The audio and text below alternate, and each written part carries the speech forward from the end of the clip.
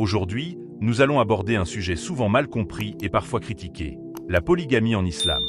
Dans la pensée occidentale, le mot polygamie est souvent utilisé de façon générale. Pourtant, en islam, il s'agit uniquement de polygynie, un homme pouvant épouser jusqu'à 4 femmes.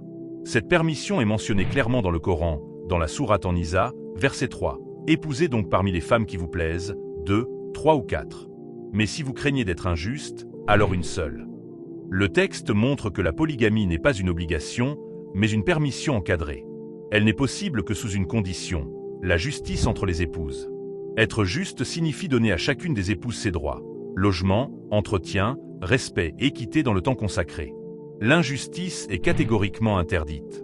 Le prophète Mohammed, que la paix et la bénédiction d'Allah soient sur lui, a dit « Celui qui a 2 épouses et qui penche vers l'une au détriment de l'autre viendra le jour du jugement avec un côté penché. » Rapporté par Abu Daoud. Ce hadith montre que la responsabilité est immense.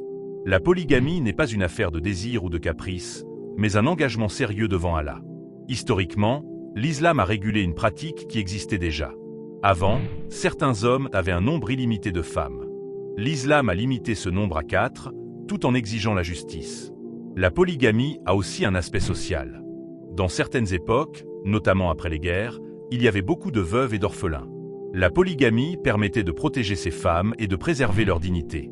Aujourd'hui encore, dans certaines sociétés, elle répond à des besoins particuliers. Prise en charge de femmes sans soutien, équilibre démographique ou choix personnel assumé. Il est important de rappeler que la monogamie reste la règle la plus courante. Beaucoup de musulmans vivent avec une seule épouse, conformément au verset qui dit « Mais si vous craignez d'être injuste, alors une seule ». Ainsi, l'islam ne pousse pas vers la polygamie. Il laisse une porte ouverte, mais avec des conditions si strictes que peu d'hommes peuvent réellement les remplir. Ce sujet demande donc sagesse et compréhension.